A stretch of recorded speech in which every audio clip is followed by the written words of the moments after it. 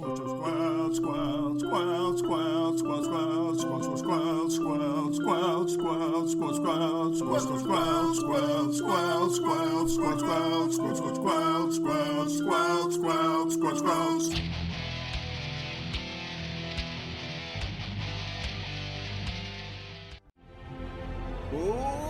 back to Squelch, the Video Game Book Club. I'm Dano. I'm Matt at Arms. And I'm Storm Rage, returned because I knew more of a time frame of when this episode was happening, and we're all here to remind you that Dragon Age the Veilguard is a game, and the games that are supposed to be the fun. I can't believe 10 minutes notice wasn't good enough for you. It was...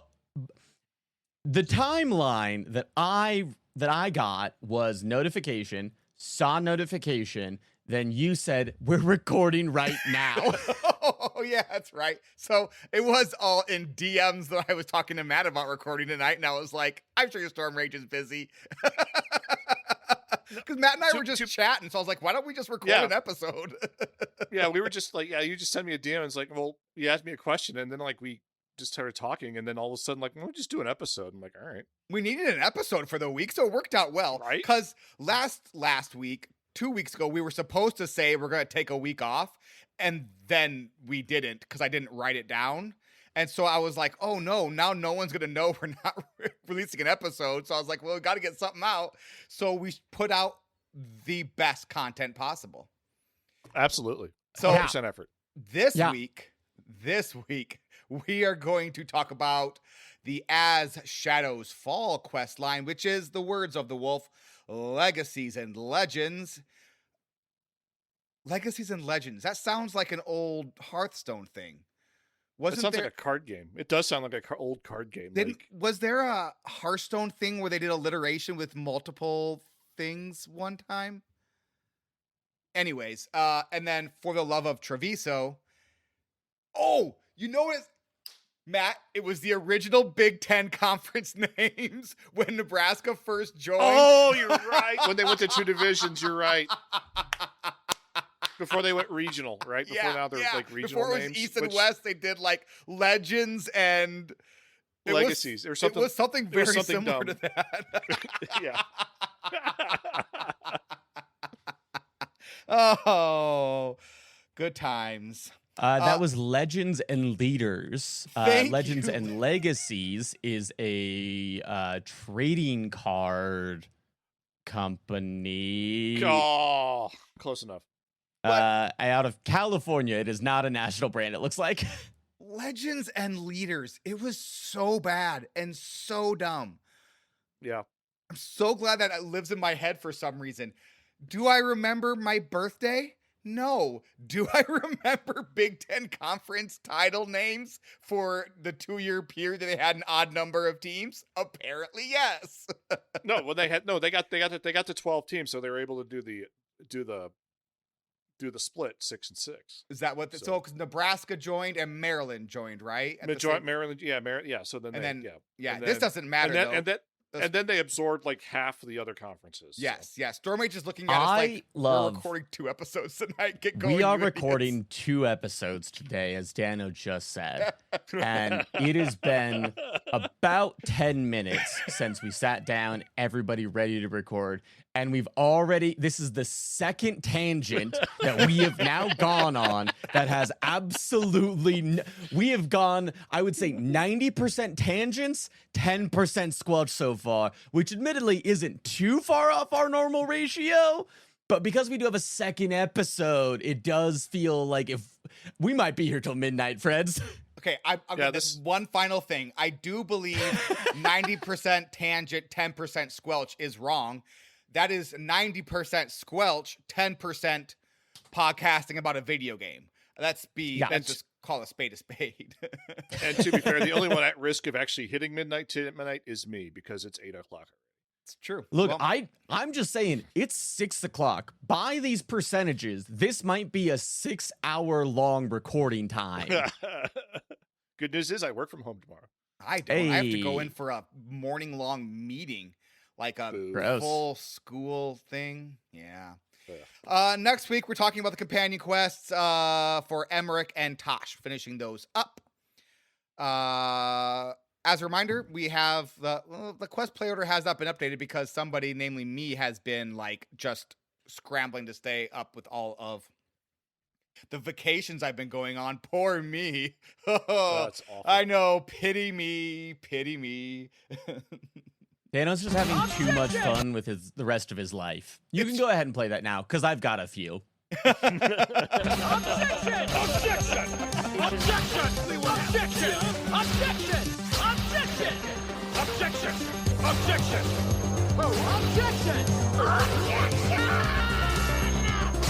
Objection! Objection! Objection! Objection! Objection! Objection! Objection! Objection! Objection! Objection! Okay, let's go ahead and go over a few objections that I had about last week's episode. First and foremost, I've made this bit somewhere else. The number of times in last week's episode where both of you went, wow, it was so cool when this happened. I didn't realize this happened. For an event that either you explicitly had read the week before, or I had told you about in great detail the week before, was shocking. Because it felt like you guys were experiencing all of these quests for the first time, which admittedly, I know that like play-wise that might be true. But there didn't need to be so much surprise in what was happening since we had already discussed the events that happened in those quests. Yes, Matt? To be fair, the podcast was Dano reacts to the quest. He hadn't had a chance to play those quests, so he needed that outlet to get that out. And I am aware, there were a few times where there was a clarification of like, I know that we talked about this, but it hit differently than I expected. But there were a few times where it was like, I don't know what happens if Nev gets hardened. What do you do for the final choice? Something I very explicitly talked about for like 5 minutes the week before. I am So it was certain just that confirmation. didn't happen. No, we definitely didn't have to talk about Nev getting hardened because you talked about that the week before. There was no reason for us to talk about that. Yeah, No. exactly. I don't know about that. There's no way to go back and check either. So it took me like 20 minutes of research to find out what happened.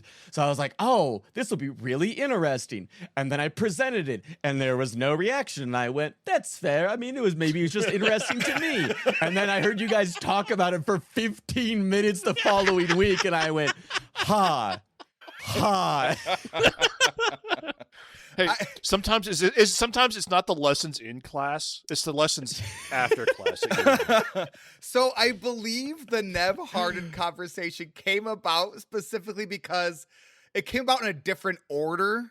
So it kind of like it wasn't necessarily I wasn't thinking of it as like her being hardened so much as like how certain aspects of that work. And so like I just don't think my brain like fully absorbed all of it until I started personally thinking about it, and oops.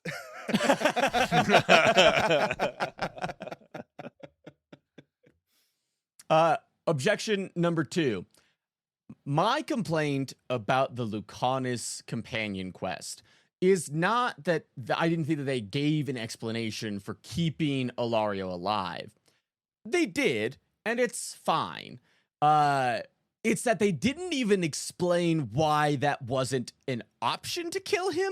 Like, it's crazy to me that nobody even mentions it as a possibility of let's kill this dude who's done all of these terrible things. I think leaving him alive as a choice, great call. Not as an option is still insane to me. No, you're right. I'm not saying you're wrong. There was while playing through that quest, and for the life of me, wish I could remember what it was. There was something that was like, oh, this is something I would like to have talked about. And that's when my brain started going back to, why don't I just do a bonus episode where I talk about the quest? And then I didn't write it down. And so by the time we recorded, it's gone and it has not come back. I have no idea what that thing was. I have no idea why I found it so interesting, but I did. My third objection, last week's episode discussed exclusively the things we'd already talked about. My objection to this is not that that exists, because that sounds as squelch as anything we've ever done. Absolutely. But I know that one of the reasons was a lack of ability to create something on the fly. It was last minute. I get all of that.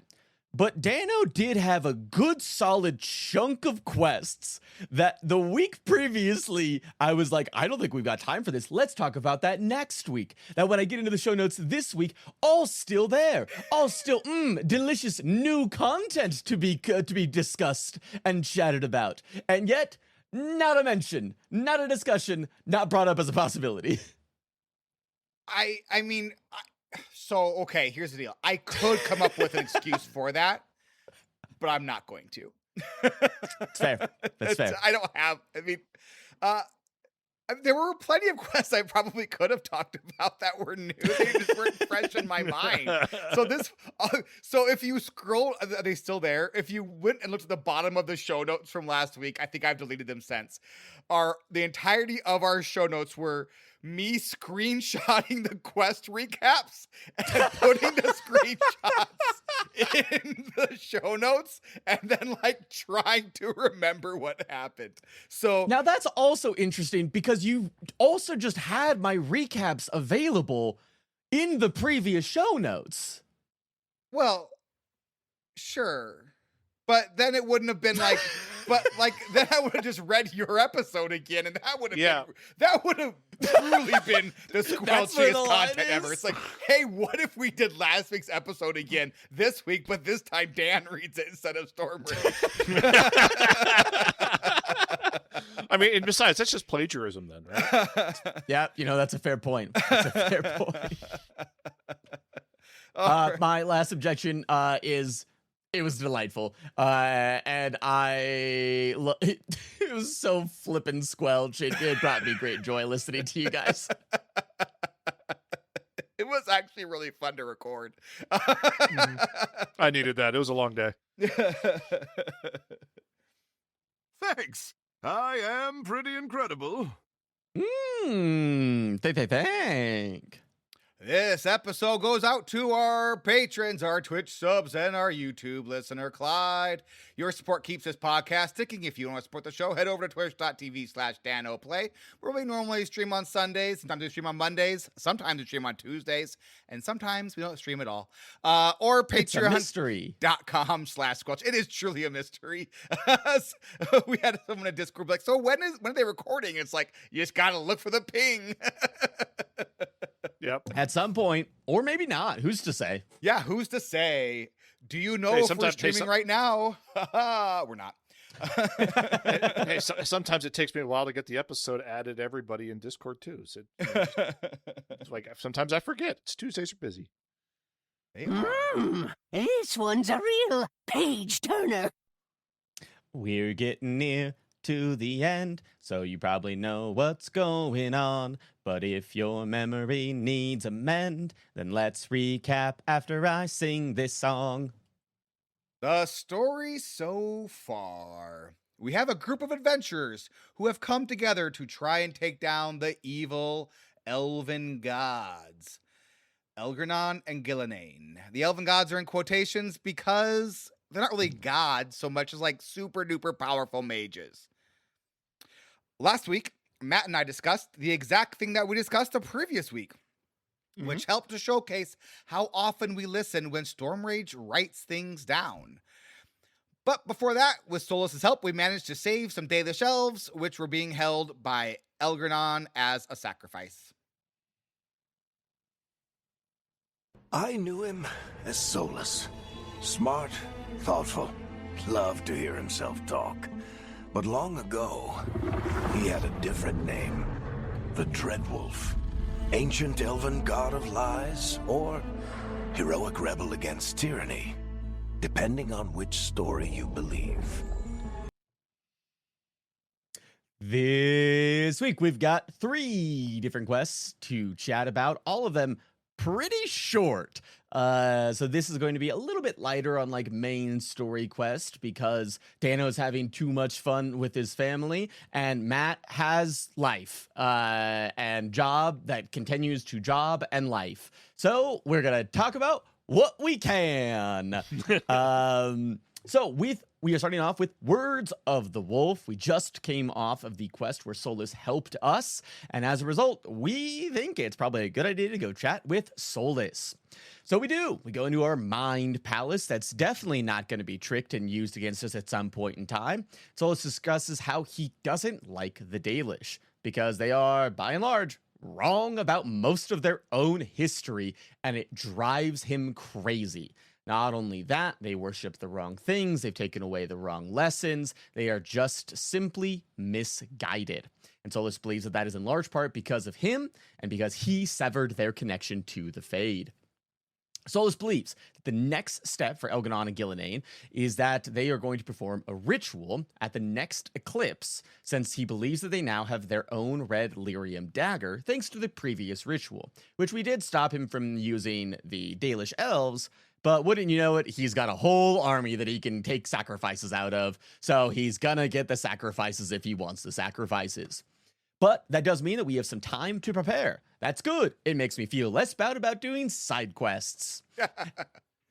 We also can't forget that we cannot kill Elganon until the archdemon is dead. So our goal, find out more information about where this ritual might take place and continue to build our love and friendship within our team. Dano, you had your hand? I did. So I love that, like, Solus is like, ugh, these Dalish, they're so awful because they're so wrong about their history and the lessons of their religion are all backwards. And he's like, this is my fault. Solus, time. Like, time is a thing. Mm-hmm. And as time progresses, things change. Things are forgotten, especially when, like, you know, the Dalish elves are like horrifically oppressed and like their religion is taken away from them because that was used as a way to oppress them. Like, you're just really wrong, Solus. Like, you're hating them for, like, you know, being oppressed. Yeah, he's not only wrong, he's a jerk about it. Yeah, right? No. it's like, dude, you need to lay off. I mean, I was like, isn't it like, yeah, it's maybe your fault, but also like, you're not wrong. Except it's not his fault. Except for the fact that they can't live forever anymore, I guess. Yeah, but like the Fade didn't stop them from remembering the past. They obviously remembered the past after they left the Fade, but then time happened. And then they lost a big giant war and then were oppressed and they lost their past. Like this, and their culture is being eliminated too, because you know, like Dragon Age 2, they were in an alienage. They were in like a section of town that's not so great. It's like kind of a ghetto. There's some parallels here to other things. So yeah. So I think one thing that I'm kind of just putting together now that I think is a fascinating. I don't know if it is intentional because it's across the several games or if it's pretty impressive circumstance. In most of the other games, the elves are by and large considered second-class citizens within the Dragon Age world. And I think as a result of being so downtrodden, their culture often feels like they are creating these gods, not necessarily out of worship, but out of like necessity, because they need to believe in something, right? If your life is that terrible for that long, oftentimes people return to a higher power in some way, shape, or form to make sense of that. And I feel like that's kind of what the elves have done, is they've taken these gods who are, we know, terrible people. But if you have powerful people and then you just kind of forget all the details and then you can put them up on a pedestal and just be like, I just need someone with power to come and help me. I think that's a pretty fascinating little story and something that I don't think Solus has really acknowledged. Matt? One of my favorite parts of this game also is the fact that like Balara as a character is dealing with all of this right now. Yeah. And like you get to learn like the Dalish side of the story of like what they came to believe, and now what someone in that community would like, as they're confronted with what actually happened, deals with it, and I love it. It's so good. There's Dana? a really cool moment. So I'm playing an elf as a character in this game, and there's a really cool moment with Balara, my character, and Davrish. Why am I blanking on his name? Davrin, thank you, Davrin, who's also an elf, where they're actually kind of talking about this and like trying to break down what this means. It's like, well, they're all going to hate us. This is our gods doing this. And it's like, well, they kind of already hate us. Yeah. And then speaking back to Stormrage's point, I feel like a big part of Meryl's story in Dragon Age 2 was her desperation to like remember the past for her people. Yeah. And like not knowing what that was. And the fact that like so much of their history has been recreated from just fractions after they kind of like freed themselves from, after the Dalish like left and kind of like became the Dalish, because it wasn't the Dalish were just like always out and about. There, all the elves were kind of round up, and then the Dalish went off and kind of formed these new cultures and did the face tattoos, which Solus tells us was actually a sign of being owned by the Evaneris and actually a sign of oppression, and they think they're using it as a sign instead of like being free and being Dalish with their face tattoos. So a part of like Meryl's story, which is why Meryl was such a cool character, and why I can't believe Meryl's not in this game, because so much of Meryl is this game. We have like the Mears and the Dalish, and like she was the original like whatever the Balara faction is called. I'm blanking on it right now. But like Balara's faction, Veil-Jumper? Yeah, Veil-Jumper was basically what Meryl was before it was a thing. How is Meryl not part of the game? But it's a great question. Genuine great question. I mean, but also like the fact that like not even to mention like, you know, there was a Dalish that used blood magic that we exercised, and she's on her own doing something, and we might need to use her for something because, hey, you know, Morgan might know who she is. Like, yeah, it's just saying. Pretty crazy that Meryl's not a part of this game.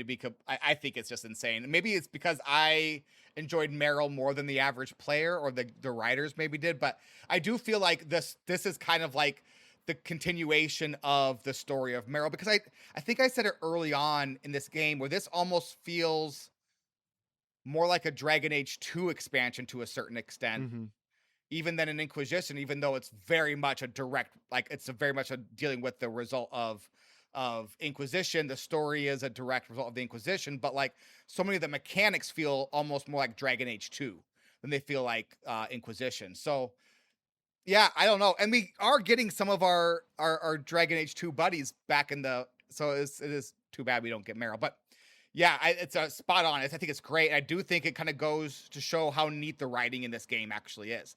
Because I think a lot of the feedback people give when they complain about this game is that, oh, it's a lot of retcon and that kind of stuff. But it's like, it's also how the expansion of lore works. Like, are you mad at J.R.R. Tolkien that the fun little magic ring is actually a ring of power that can destroy the world?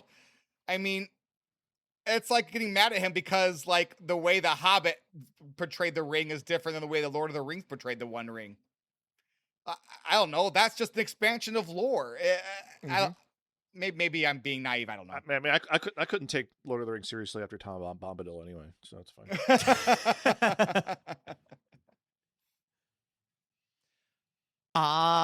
Continuing on, we have Legacies and Legends, which is something in Dano's worm brain, but we'll never know what. The Inquisitor wants to speak with us. The Inquisitor, he wants to chat with us about Solus, about everything that's been happening, and as a result, they hear what we have to say about Solus, and that Solus helped us. The Inquisitor kind of admits that Solus can be a powerful ally, but also Solus is the Dreadwolf. Solus is going to do some sort of trickery at some point. That's just who he is. And after all, we got to experience that back in Dragon Age Inquisition, where Solus did a wee bit of trickery as well. And at the end of this conversation, we can either encourage the Inquisitor to seek out their former friendship with Solus, or instead cut it off and avoid pursuing that relationship again. The conversation will end with the Inquisitor asking about the romantic interest of Rook, which I think is delightful because they asked me about Scout Harding, and it it was very, very fun and cute. Oh, I don't think I had a romantic interest at this point yet, so I didn't get asked about anything, I don't think. If you don't, then I think the Inquisitor will make mention about something about the quest instead. Okay. Did I assume I because we were given an option on how to kind of how the Inquisitor can how the Inquisitors move forward, right? Like whether we should did you all just say that we should try to save Solus, or did anyone say we should try to I him? said we should save him because I'm a sucker for a tortured boy, and he's such a tortured boy. I forget what I honestly forget what I picked. You punched the reporter, so I mean, Yeah. no, that's right. No, that's right. I just it's time to let Solus go, or Did you really? I was also it's the time to let him go, and also it's like in the previous option, I was like, he's using me for his own ends anyway. Like that's like this kind of response that I gave. It's like he's manipulating me in some way. I don't know how yet. But we'll cross that road when we get there, and we need to get rid of this guy. That's where I went. I mean, you're probably right. I think all the Evanurus kind of suck. Yeah. I also said save him though.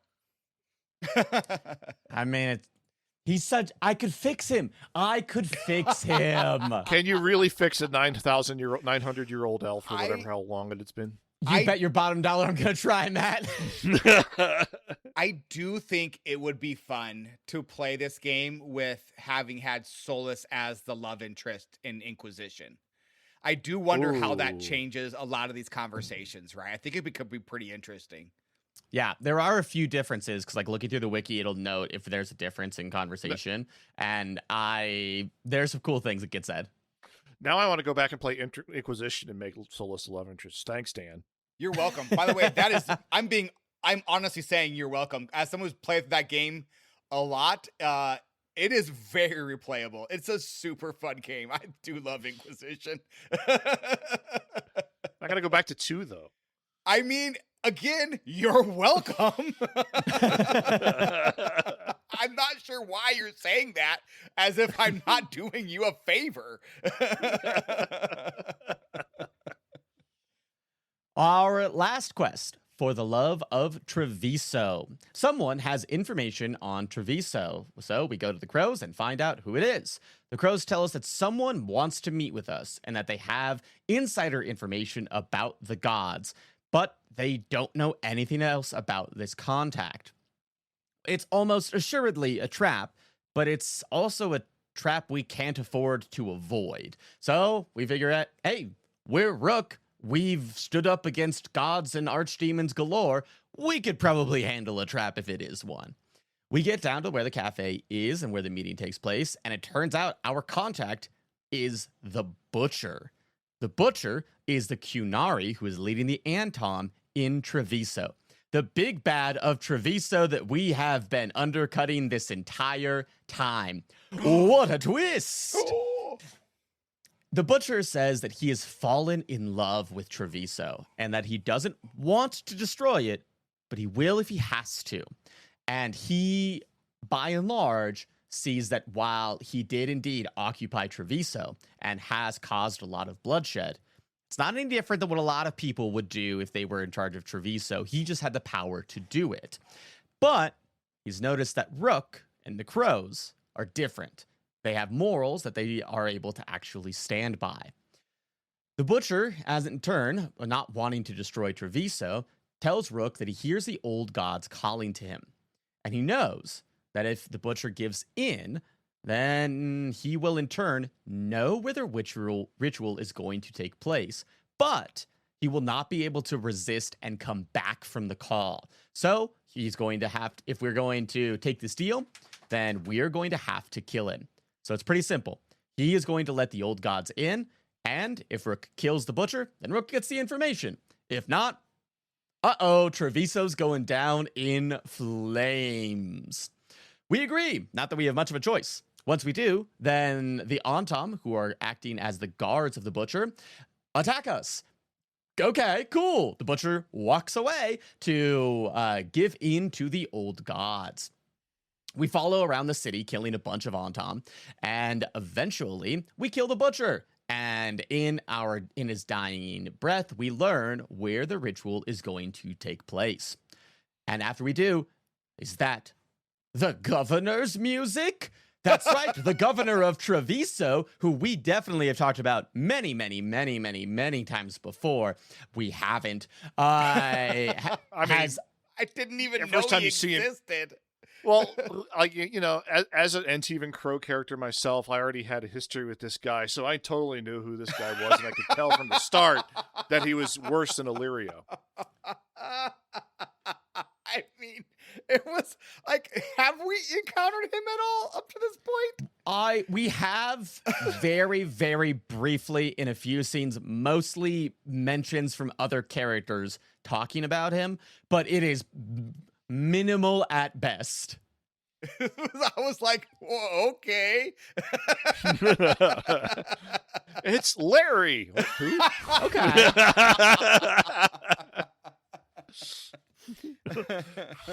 But it turns out that the governor of Treviso has been working with the Antam this entire time. What a twist! What a reveal for a character we definitely knew a lot about beforehand.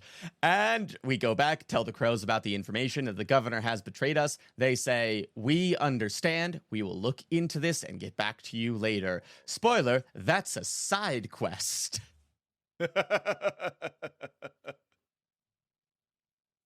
So those are our main quests for this week. Any thoughts or discussions broadly about any of them?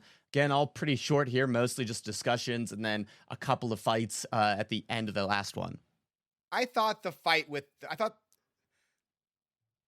Butcher was fun. The governor thing was insane.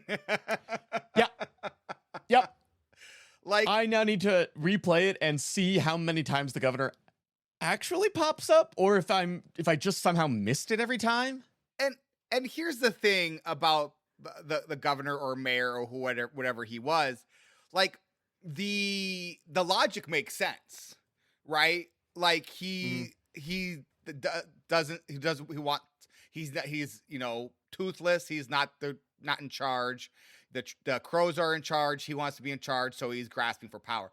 Like, the logic internally all makes sense, but what is so funny about it is it's like a giant who? Like, wait, this is how we wrap this up with what? So, it was so good though. It's so fun. The fight at the end was fun. So no notes really. It was one of those things where it's like, okay, I guess. I think what would have been really fun is if it were Isabella. Because Isabella is from Treviso. That's true. That would have been insane. And yeah, I would have hated that because I love Isabella. And so, like, you'd have to, I think, plant a few seeds along the way. Yeah. I could see that in some way. Like the ones they planted for this guy that just showed up out of random. Sure. Yeah. What if Isabella showed up and was a balm for our soul? Oh, she's sus immediately. I also loved Isabella, and I would have also hated it, and it would have been so out of character. It would have made no sense whatsoever. I do think it would have been fun if, like, those two had been, like, at odds with each other somehow. Like, because I feel like that could have tied things in, right? So if there had been, like, a power dynamic between, like the merchant lords, which is what Isabella is, right? The crows, which are Lords of Fortune. Kind of, yeah, right? And then, because, like, she's... No, I was just correcting. That is what she's in charge of, is the Lords of Fortune. Sorry, not Isabella. Sorry. I'm talking about, our diplomat from Inquisition. Oh, this makes more sense. Josephine, thank you. Apparently names are just not happening for me today. Because Josephine is from Treviso. She is from the, she's from Orlais.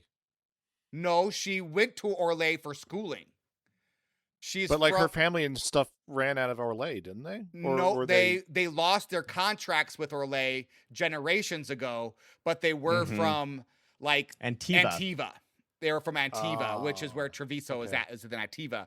So her family were like nobility within that area, but they had lost a lot of their fortune because they had lost contracts to trade with Orlais, and then she had gone to Orlais, where she then became a bard. And then okay, that's why that's why she doesn't have the fake Spanish accent that everyone has. It's not even, they don't pretend to be. He makes paella for us one day, for Pete's sake. Yeah, exactly. Yeah, so Antiva's just Spain, Orlais is France, and Ferelden is England. Got it. Yeah, I mean, you're not wrong. And so what is Tevinter? Is Tevinter like Turkey? No, Tevinter is definitely America. Is it? It's like all the worst people. Yeah, I think so. Like,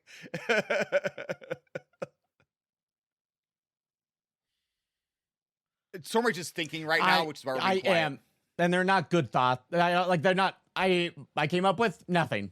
Yeah, my thought was a bit. I mean, you're right. It doesn't make any sense. But. I mean, the fact that what Templars are cops, that makes sense.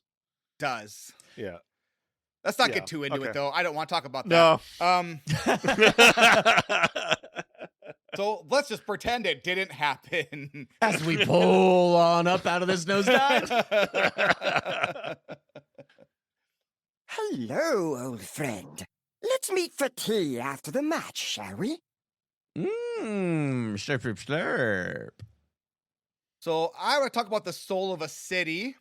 Quest that I definitely wasn't prepared to talk about last week. Nope.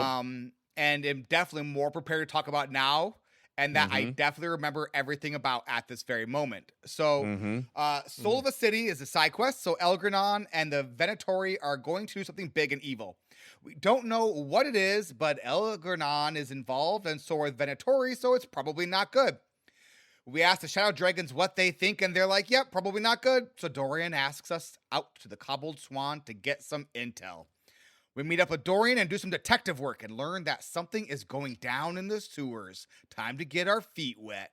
We fight a bunch of Venatori, and it turns out that this is a major Venatori base. We have a chance to take down some of the big-time movers and shakers. Gross, Blight. Now we have to muck around and kill some Darkspawn. We finally get to the vault, which we believe has evidence on who is actually behind the Venatori. But oh no, it is guarded by Knight Commander Linos, the leader of the Templars, and something that we totally knew and were aware of this person. We met her in like the first quest in Docktown. It's a him. We met him in the first quest in Docktown. You're thinking of the other person. The first quest in Docktown, she's actually a good guy Templar. We're talking about a bad guy Templar at the end of it. Oh, the bad cop. Okay. Yeah, the corrupt cop that works for the we kill him. The corrupt lieutenant or whatever.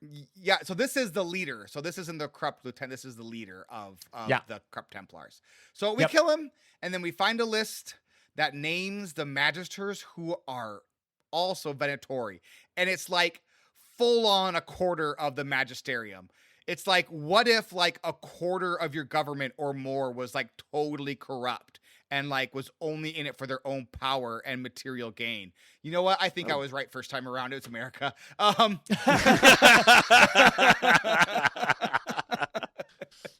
I wish it's only 25%. God, what kind of amazing place is this? Dorian and Maverus are excited because this is a chance for them to get an Archon in place. You remember Dorian because Dorian's amazing. And then there was May. May is the other member who started the Shadow Dragons, who got kicked out of the Magisterium because she was too liberal, essentially.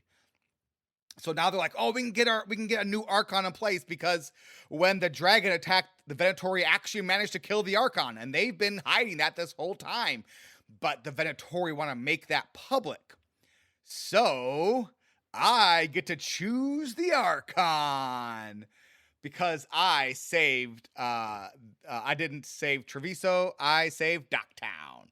So if I choose May, She stands for transparency, public accountability, restoring trust in the government, showing people that reform is truly possible, and changing Tevinter through a legitimate political example. I did not do that because that's not how the world works. I chose Dorian, who wants to act quickly against corrupt magisters and use the Shadow Dragon's intelligence and covert methods, remove dangerous opponents before they can reorganize, and forcing the forcing the Imperium to change rather than waiting for them to come to terms with a consensus. The game made me ask people what they think, so I had to go ask the Viper what he thought. I had to go ask that Templar guy that's hanging out in the Shadow Dragon hideout what he thought. And then they made me ask Nev what she thought. But Nev's like, I don't know. You haven't finished my companion quest yet, so I'm too preoccupied to tell you what I think. I was like, oops, wrong order. It didn't matter what any of them said, though, because I was always going to pick Dorian. And now Dorian is the Archon. My favorite bestest boy is now the leader of the most powerful empire in the world. Game perfect, A+, S tier, no notes. I do like Dorian's look in this game. He's aged very nicely. Legitimately a cool look, 100%. Yeah. Taste my grilled cheese. Oops. That's the one quest line that makes me a little sad that I didn't save Minrathis, is being able to hang out with Dorian more. I felt so validated by this quest that went back and saved Minrathis. A big part of the reason that like you have to do all of the work is because I went back in time like 15 hours to save Minrathis. And I'll be honest, I did forget about that. It's been totally worth it because it's like every time like a choice comes up and I'm like, oh, I'm so glad I did this. What's our first good there, Matt? Our first good is I kind of love the Butcher's just this insane guy who's like, I love this city, but I'm gonna kill it if you don't stop me. It's such a wild choice, but I love they take a swing with it, and I actually buy it. It's one of the more interesting villains because there's a lot of, we've kind of made fun of some of the villains in this game. They're kind of like evil for the sake of evil. I think there are some really good ones. I think the big bads are still really interesting, but like Alario's probably the worst villain in any Dragon Age game. And like the Butcher, I think weaves a fun little needle, and I just love this insane guy who's like, kill me to save this city. Kill me. It was incredibly interesting and good, and I loved his thought process. It's like, hey, I love this city as much as you do. Why do you think I took it over? Like, this place is awesome. Yeah.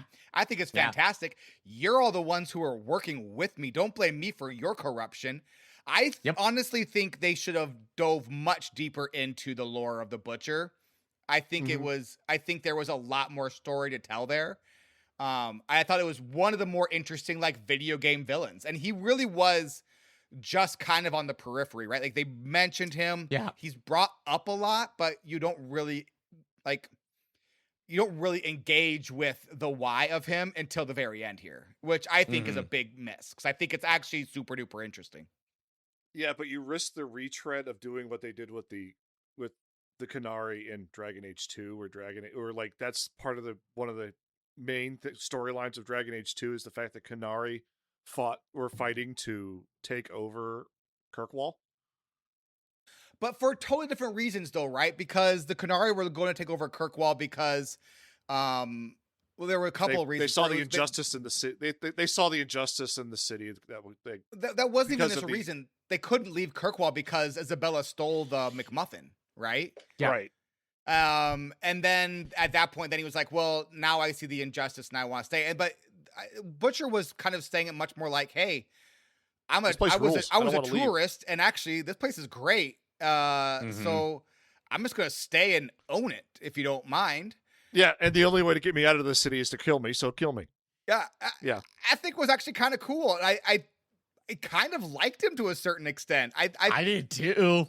Yeah. Mm-hmm. I thought I thought that it would have been a lot more fun to actually get to engage with him a little bit and get to kind of feel a little squishy about the choice of, why. And maybe even like having us fight back against him made him and the Antom like lean into the Evaneris. I think that they could have done a little bit more with that, right? Where that initially they weren't going to do it, and then because he didn't want to lose the city, then he kind of took the power he needed. So like it was kind of our bad to a certain extent, even though it was his bad. But like actions have consequences, so I think there could have been a lot.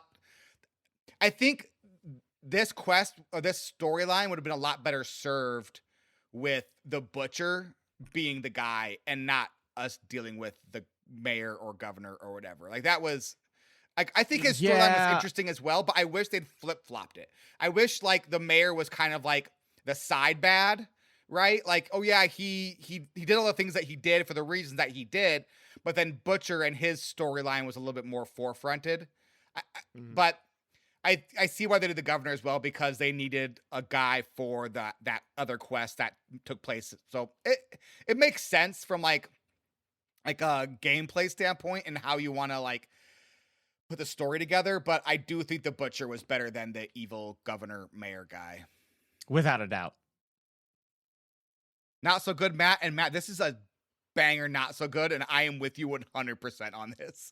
So Rook is your character is Rook. You play Rook, and I think I have a male Rook. I'm not sure if this is the case in the female presenting. I have an Rook. NB Rook. Okay. So, but anyway, so when they're talking to their friends, sometimes they make this pose like they're Steve Reeves Superman. They're doing the Superman pose with their chest puffed out, their hands on their hips, elbows out as much as possible. And then they like do the little like circle swagger while they're doing while they're talking. And it's obnoxious. It is the worst animation in the game. It just take out that and it'd have been fine. I think Tash's grumpy face is the worst animation in the game. But okay, yeah. The overuse of the Superman pose is pretty egregious. Like at first you're like, okay, like, yeah, I get it, they're being confident, but then like it is all the time that they are doing this Superman pose, and they could have toned it down a bit with the Superman pose. It is a lot. Now I just kind of chuckle every time I see it. Yeah. I've got the best good this week, and the best good is Storm Rage. Storm Rage is amazing and has literally just done all the work for like multiple weeks now, and not like kind of like helped us timeline some stuff out or like, but like literally like had mapped out what we need to play, has been putting together show notes, like doing literally all the work for the podcast.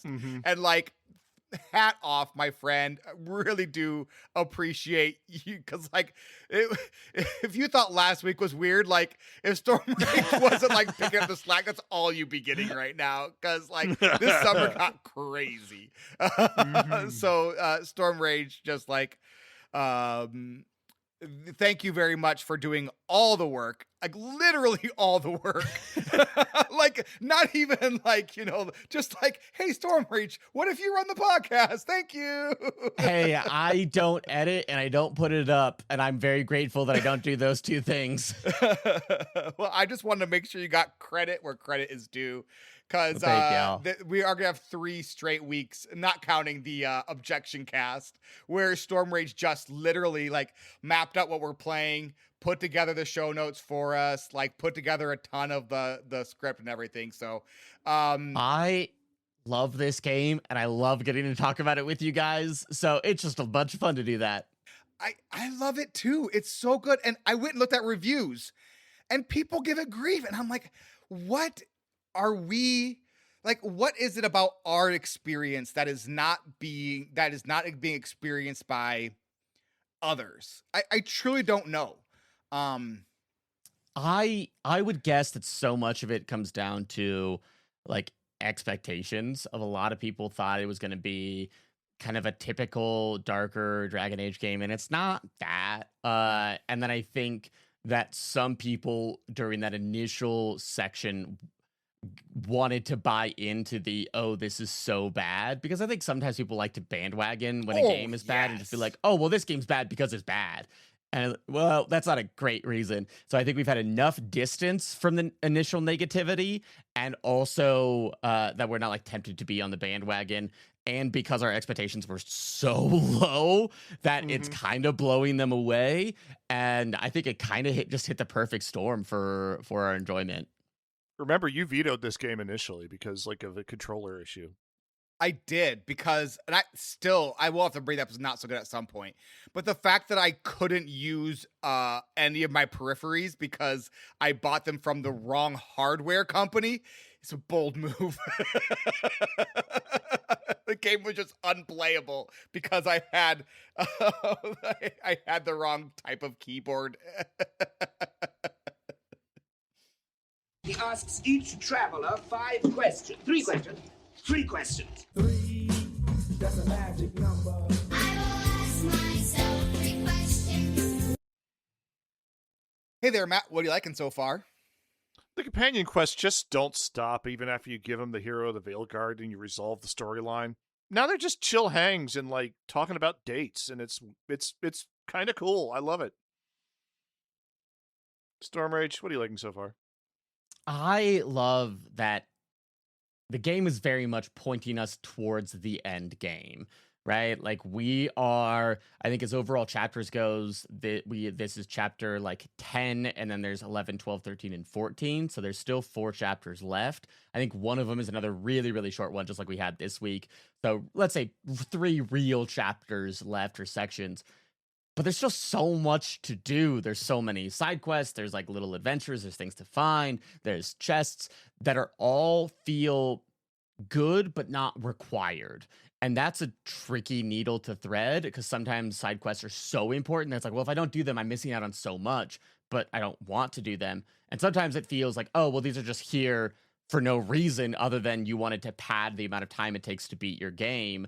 And these feel like neither. They feel like good additions, fun additions, and I'm just excited to continue to play more of this game. Dano, what are you liking? That was thoughtful and made me really think about, the game and everything, honestly, and the writing and the thought process behind kind of weaving that all together. For me, I just like finding the treasure chests. It's so fun finding the treasure chests. I love finding the treasure chests. It's great. And I love that I have a little checklist in game. If I didn't have the checklist in game, I'd be going out of game for the checklist. And I love that the checklist is in game. I go to my map and it says you have found 21 of 22 chests. You found 1 of 2 big giant chests. And it's just like, awesome, thank you. And then it will show on your map when you have gotten to an area where a chest is. So it's like, oh, time to find a chest. And then you get to go and you get to find the chest. And it's so nice. I love it. It's just, thank you it's like the perfect amount of gamification. It's this like acknowledging my time is important by the game, right? Like, it's like, because so many role-playing games, it's like, well, if you want to find it, go look for it. And it may or may not be there, and we're not going to tell you if it's there or not. This game is just acknowledging that my time is important and that, oh, here's a time to go look for a thing. Thank you. I don't think it ruins anything. I don't think it ruins the fun or enjoyment of the find. It's just I don't have to go and spend half an hour going and looking in every single nook and cranny for something that's not there. I love that. Yeah, Matt. My favorite ones are the little puzzles where it's behind a locked door somewhere, but it's like I love them.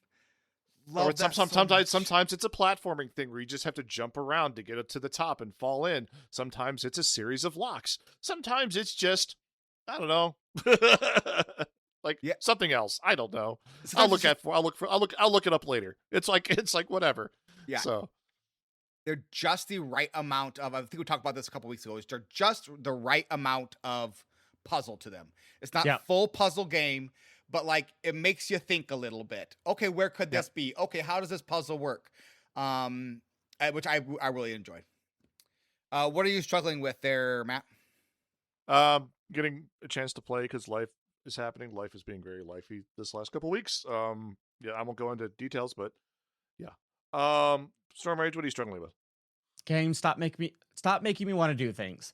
No. I had to tell myself I have to be done because I have to write squelch show notes, and that'll take me like about 2 hours to get everything organized, finished, done, edited, blah, blah, blah, blah, blah. And it was like 3 o'clock, and I was like, okay, I have to stop. Or I could do one more quest, and this game just keeps making me want to do one more quest. And I just stop it. Give me a break. Let me do other important things in my life, please. Thank you, game. To piggyback on that, the quests I'm going to talk about next week during Tea with Finley were very much that situation where it was, I have to finish these companion quests for the show. I have to get to them. But I really want to know what happened with the wardens. Yeah. Yeah. Dano, what are you struggling with? Not finding treasure chests. So sometimes the game will show you a treasure chest icon and you can't get to it yet. And that is true. Drives me kind of bananas. And sometimes you just need to progress. You need to progress to get to a different spot to circle back around or to open something up. And those I don't mind. But sometimes there are chests that you just can't get to yet because you haven't opened that area up yet. And those drive me bananas. And so those ones drive me. So like there are a fraction of these chests that you just can't get to. And you don't always know which ones those are. And so sometimes there is still a bit of that, but this is my time that you're using up here. But for the most part, the chest icons are a win. What surprised you about the game there, Matt?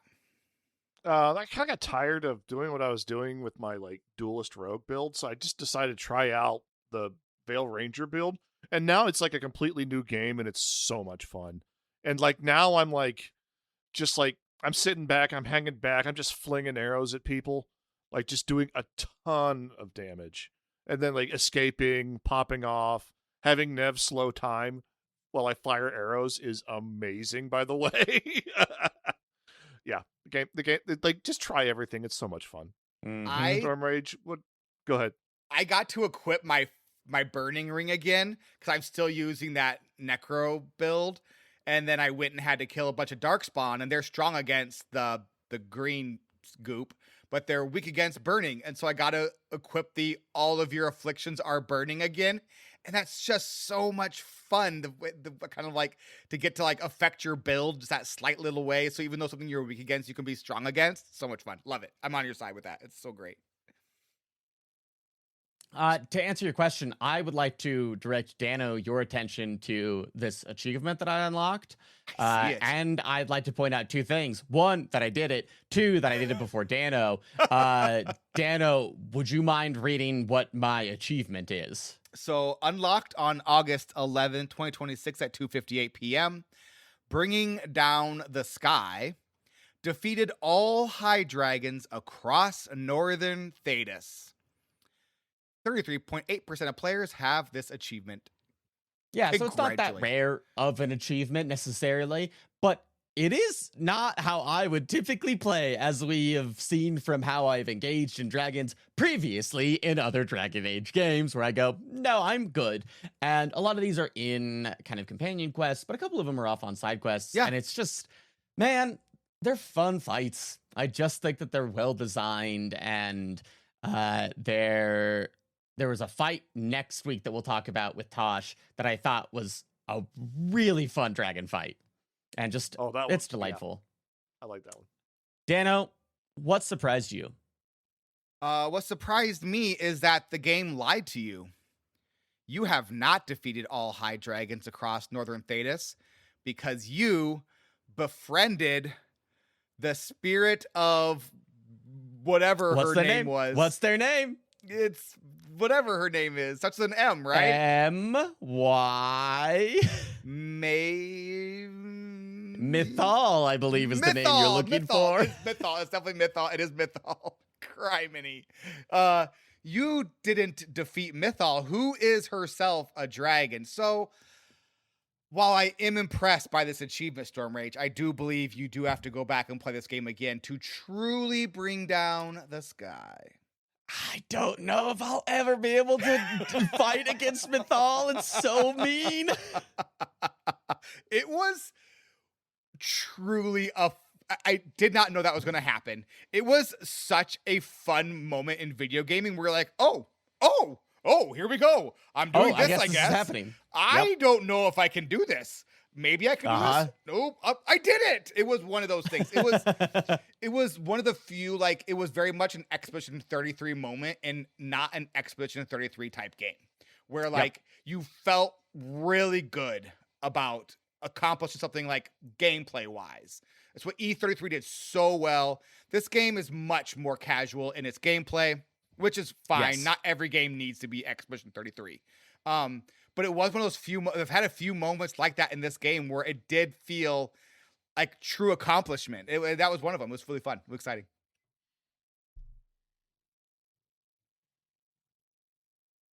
Sorry, fine. Button. You want to buy some death sticks? You don't want to sell me death sticks. I don't want to sell you death sticks. You want to go home and rethink your life. I want to go home and rethink my life.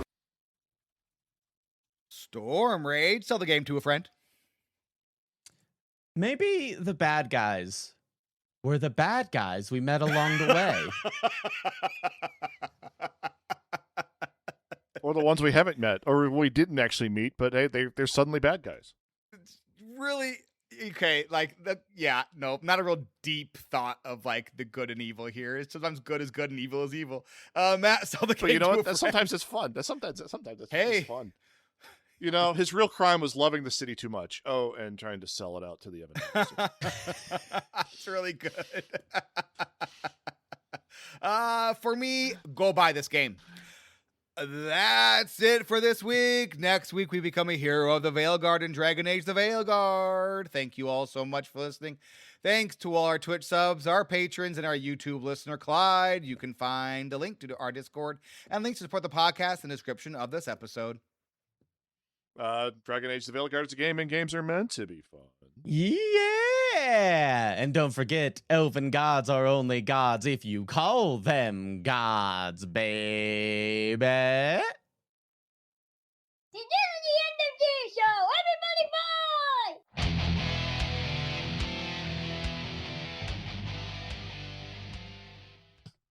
Okay, real talk. We're about to record another episode. Are there any tangents anyone wants to go on right now? Because this is the time to tangent. This is not like a hard tangent, but I did heavily consider restarting a different character in Dragon Age Veilguard today, just to like play a different class, make the other decisions, and see what it's like, because I'm so invested and I want to play what the other classes feel like. And I've played through on so many different variations of builds for my mage. All of them have been really solid at different things. And I'm now so focused on resistances that if I know, like, if I'm going against Undead, I'll swap over to Blight. If I know that I'm going against Darkspawn, I'll swap over to Cold. And so, like, I'm constantly swapping my builds, swapping what my staff is, my weapon is. I'm swapping everything all the time. And as a result, I can burn down bosses so fast if I get the right build. That's so good. I am pretty much, I'm with my Captain America Necro like build. You're playing Crusader. You're playing Diablo 3 Crusader. That's why. I am playing Diablo 3 Crusader. You're right. But instead of doing Roland's, which was kind of like a hammer swing, if I remember right. I'm just throwing my shield and everything, and then healing up with my shield. Diablo 3 Crusader. Yeah, but it is so much fun getting to be thought like now that with resistances and knowing, okay, I'm gonna go against Darkspawn. My build is weak against this. I could switch over, and I do have enough of the other tree now where I can switch out skills if I want to, and I have the weapons as well. But I also can just like, oh, there's some Darkspawn I want to deal with. I'll just put on this ring that changes all of my afflictions to burning, and then I don't melt them as quickly as I could, but like I'm still really good against them because basically I'm just stacking all these dots of burning on, which is super fun. So it says like they're strong against your attack, and then I see the burning stacks go up, up, and up, and up to 5. And I'm like, I don't think they are weak. They just are strong. They just think they are. All right. Should we end it here? I think so. All right. Thank you all so much for listening. We'll talk to you again next week. Bye-bye. Bye-bye.